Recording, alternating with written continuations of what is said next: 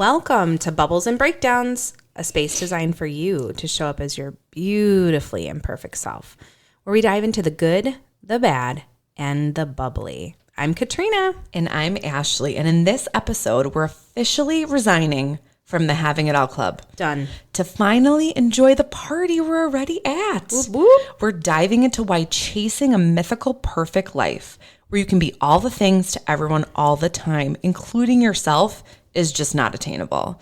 Since comparison is the thief of joy, we'll show you how to lock your mental doors and stop letting someone else's highlight reel ruin your Tuesday.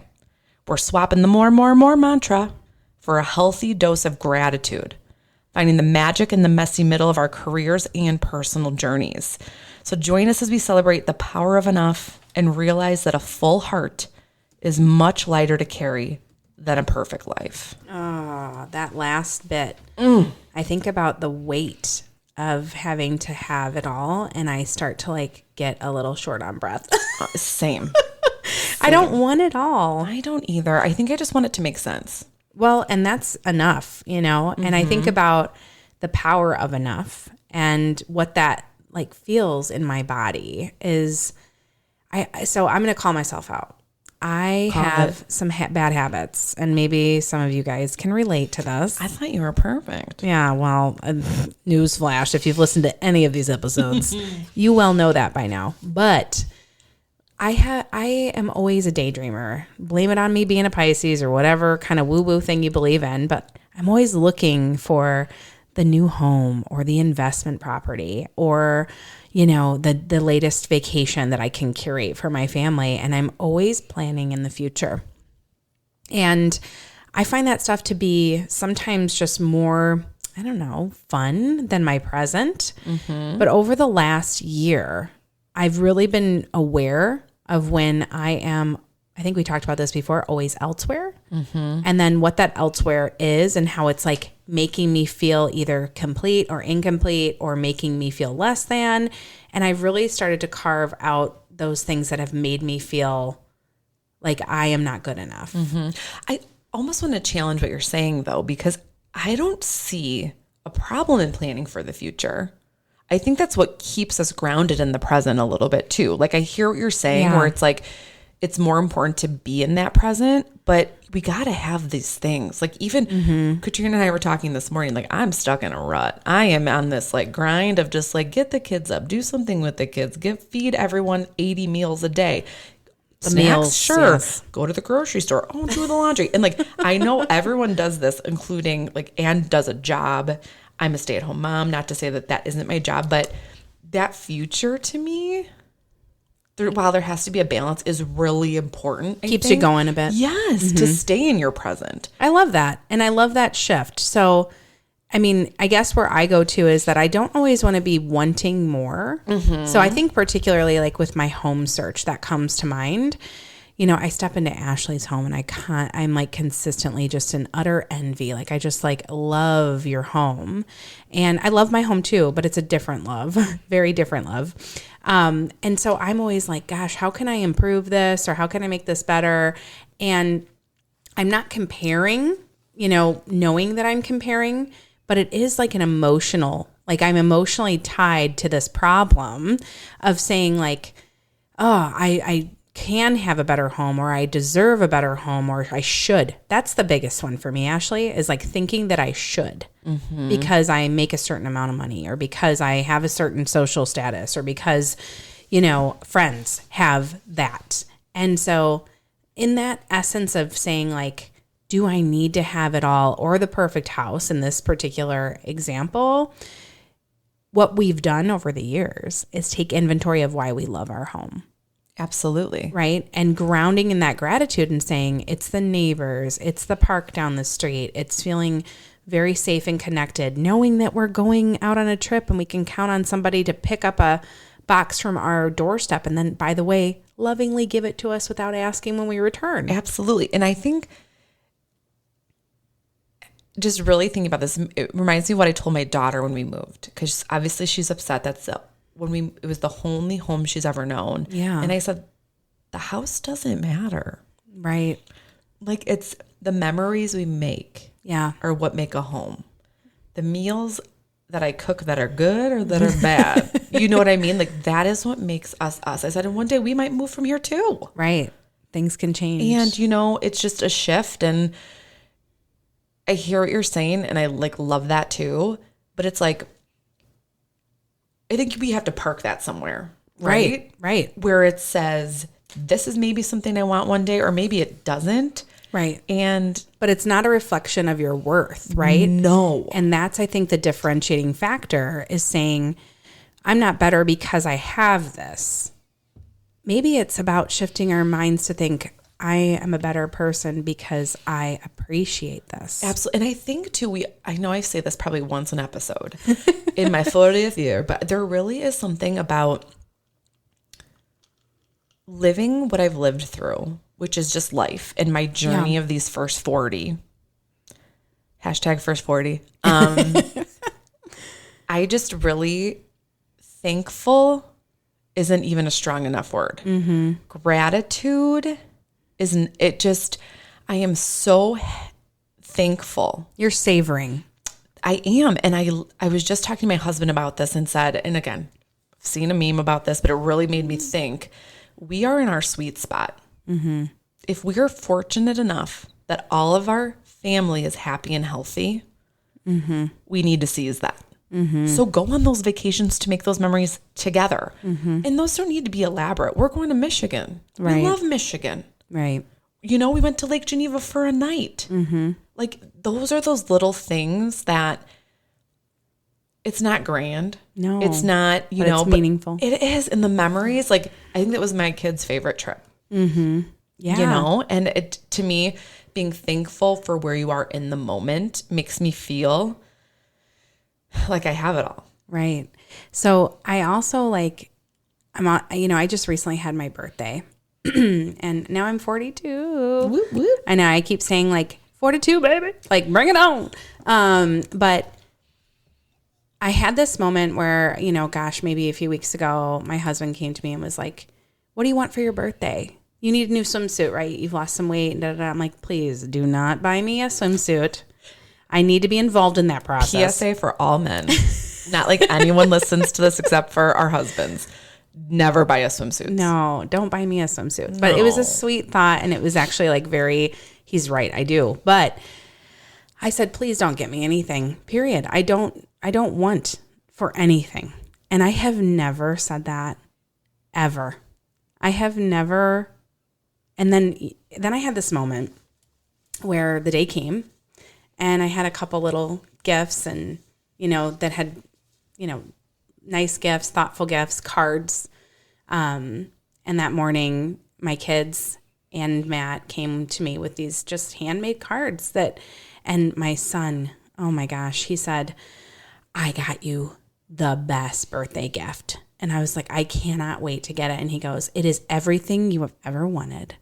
And I'm like, I am so excited, buddy. And he comes out and it's just a handmade card. And I thought to myself, this is everything I've ever wanted, because I've only wanted to have these babies and I've only wanted to have these moments. And I felt so full, and I went on to a whole day of work calls. By the way, we're both crying. Yeah. But like feeling complete. Yes. Instead of being like, in the back of my old immature mind would have been like, where's my flowers?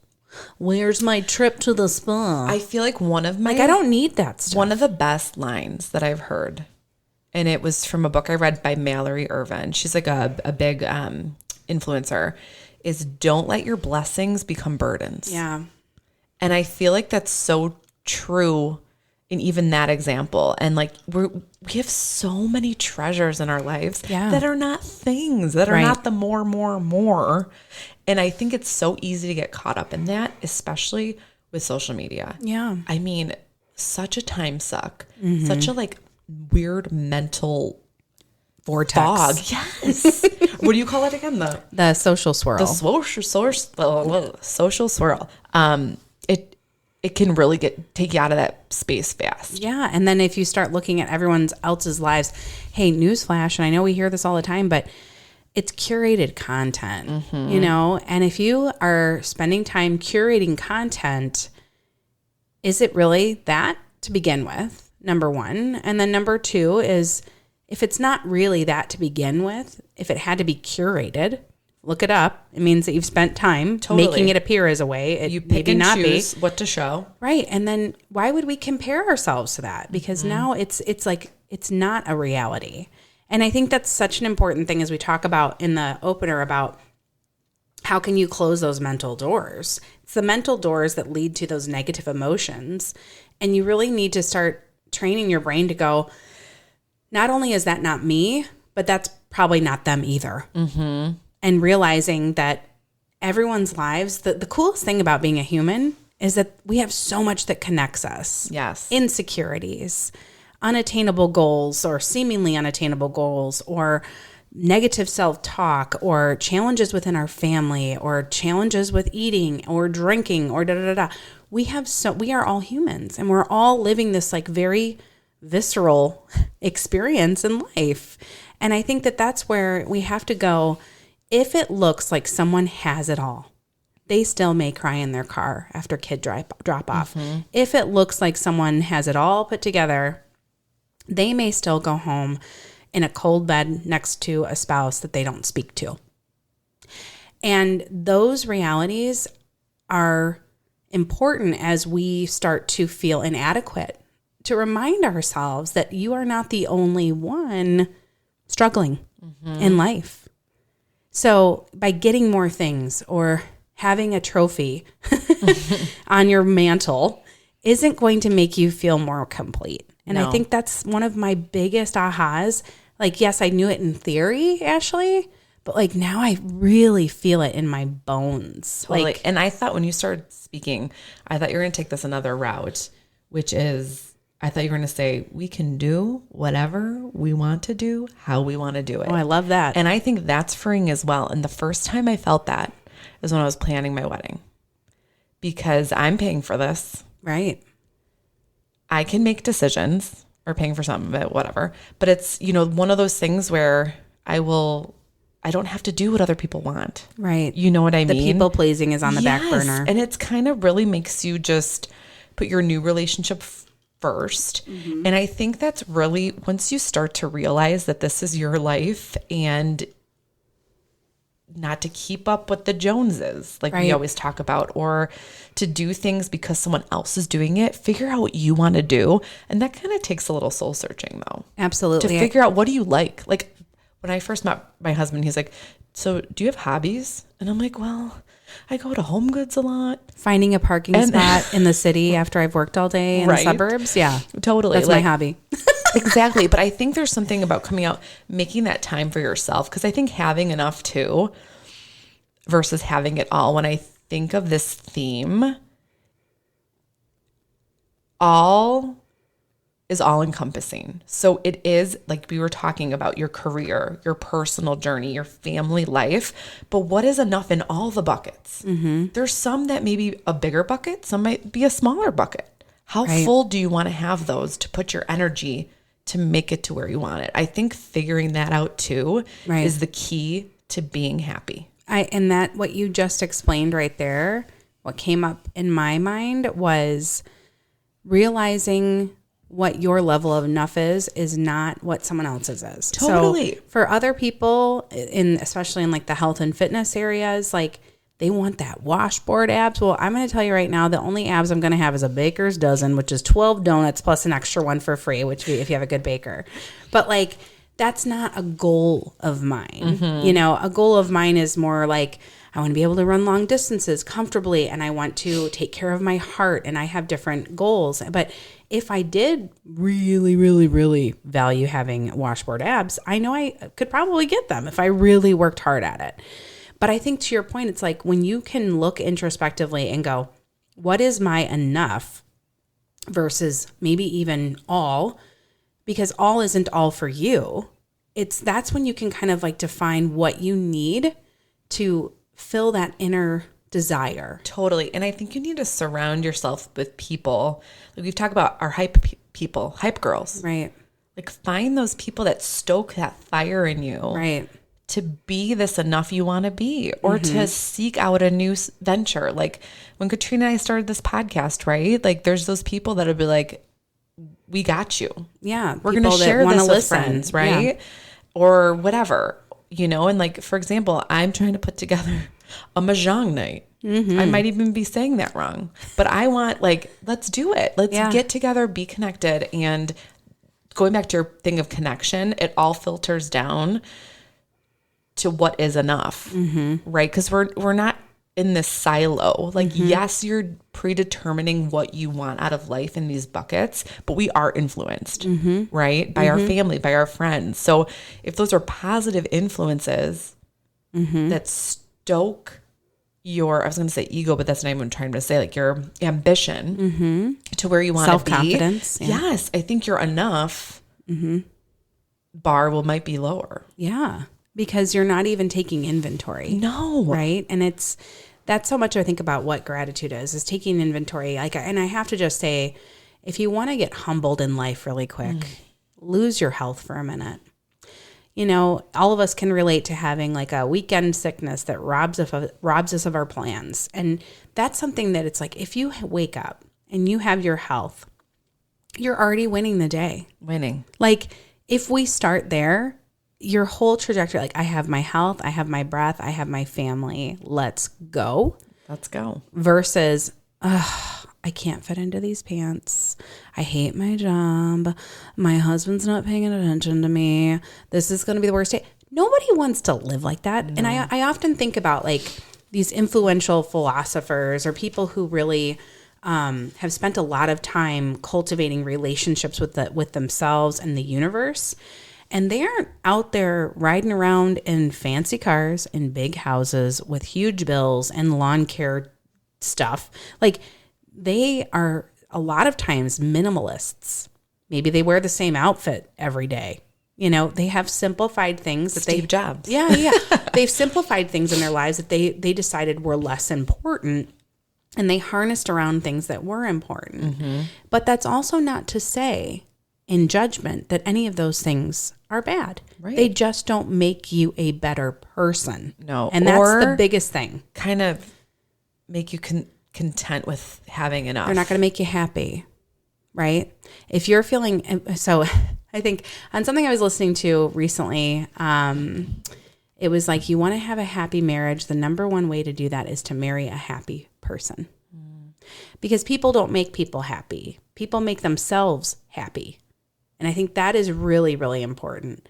So if we're out there walking around with like this emptiness or this missing space where nobody can fill, it's a call to action for ourselves, right? To like look inside and go, why do I want all this stuff? Why am I going and shopping and getting a quick dopamine hit of buying the new bag or buying the new pair of shoes or whatever? Like, why am I buying all this stuff? That's a symptom of feeling empty somewhere, right? Instead of saying, I don't need this stuff.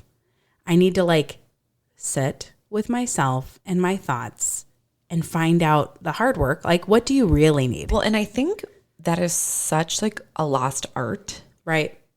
To call it that, to sit with yourself and your emotions, because there's so many, you're always on your phone. There's music playing. Like, there is something grounding to just sit with yourself and just be also like, how do I feel today? I'm feeling anxious. Why? Right? 5 minutes. And if this goes back to when we were talking with Dr. Lauren, right? Yeah. About really kind of regulating yourself as well. Yeah. And taking the time to like bring you down to listen to yourself. Yeah. If you wake up in that fight or flight, you're going to feel bad all day. You're going to hurt relationships with your children or your spouse or your friends. Or yourself. And you will not go through your day feeling like it was a valuable day. And yeah, if you haven't listened to that episode, like I've even listened to it again and again, because what she's teaching as a doctor of physical therapy relates to how you can speed your recovery up when you have injury, which makes sense.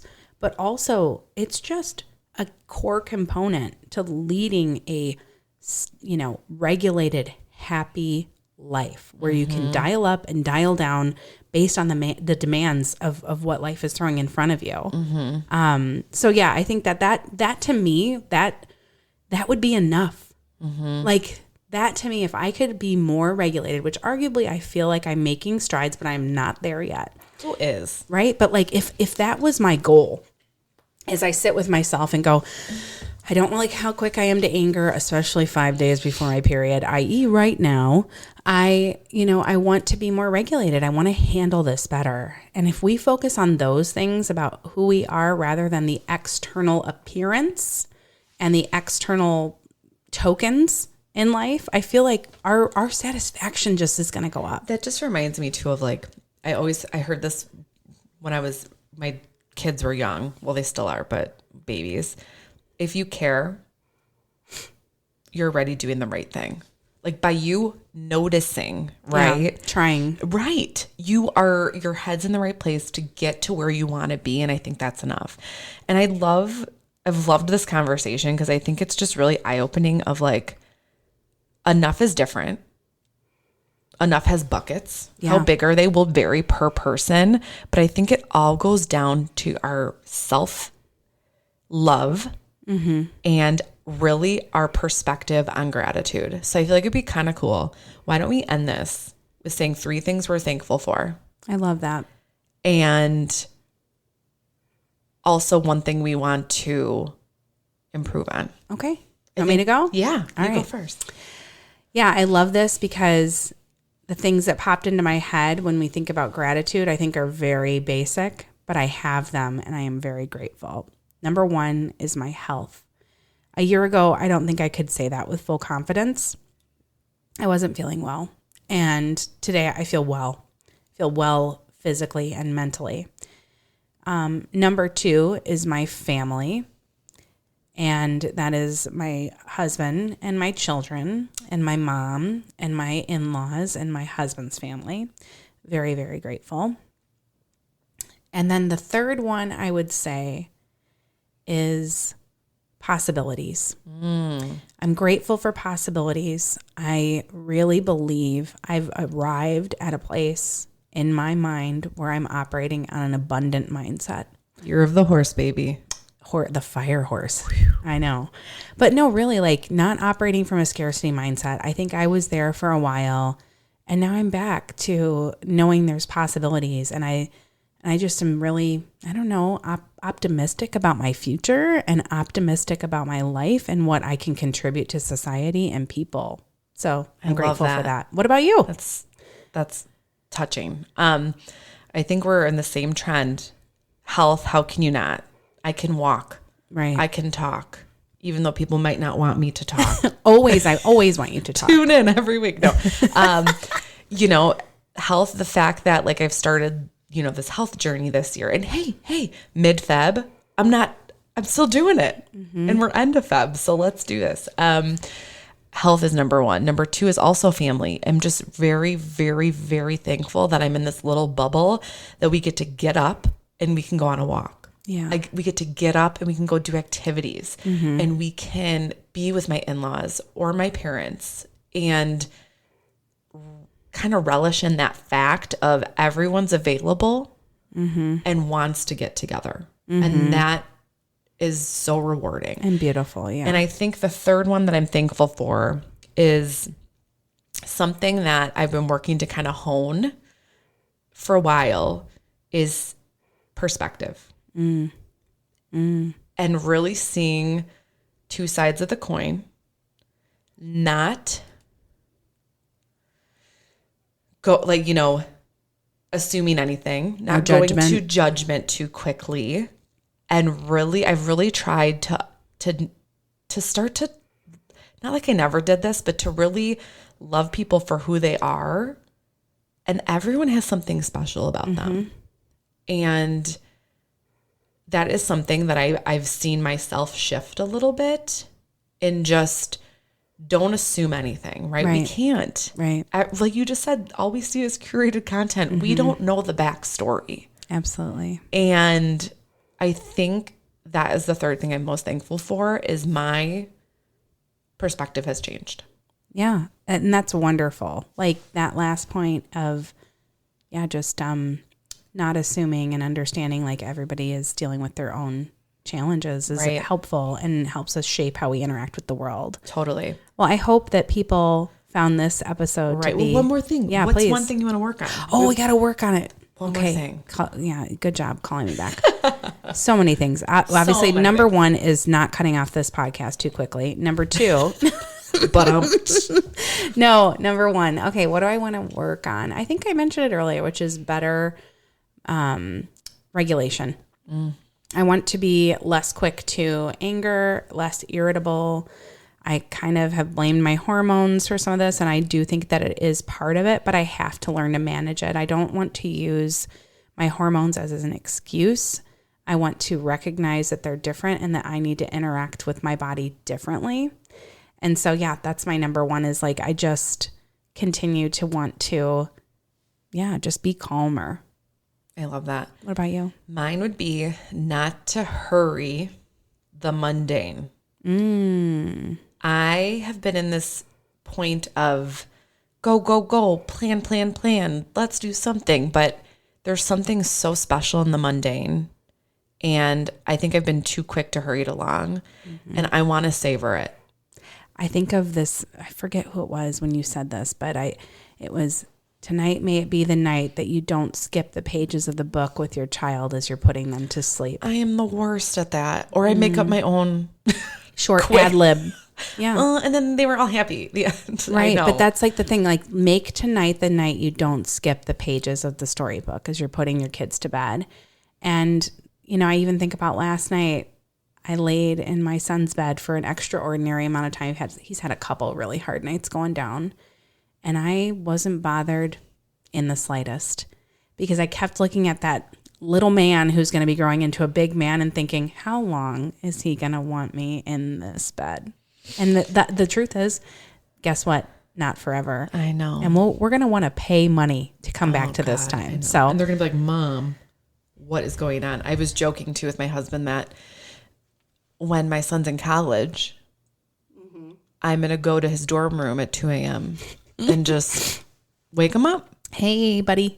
And then my good girlfriend's Payback. like, why don't you try 4? Maybe he's going to be out still. And I was like, oh, don't even tell me that. I'm sure it's true, but I can't even picture that. But again, thanks for joining us on this having an enough journey, because I think there's something so grounding to realizing that everyone's enough is different.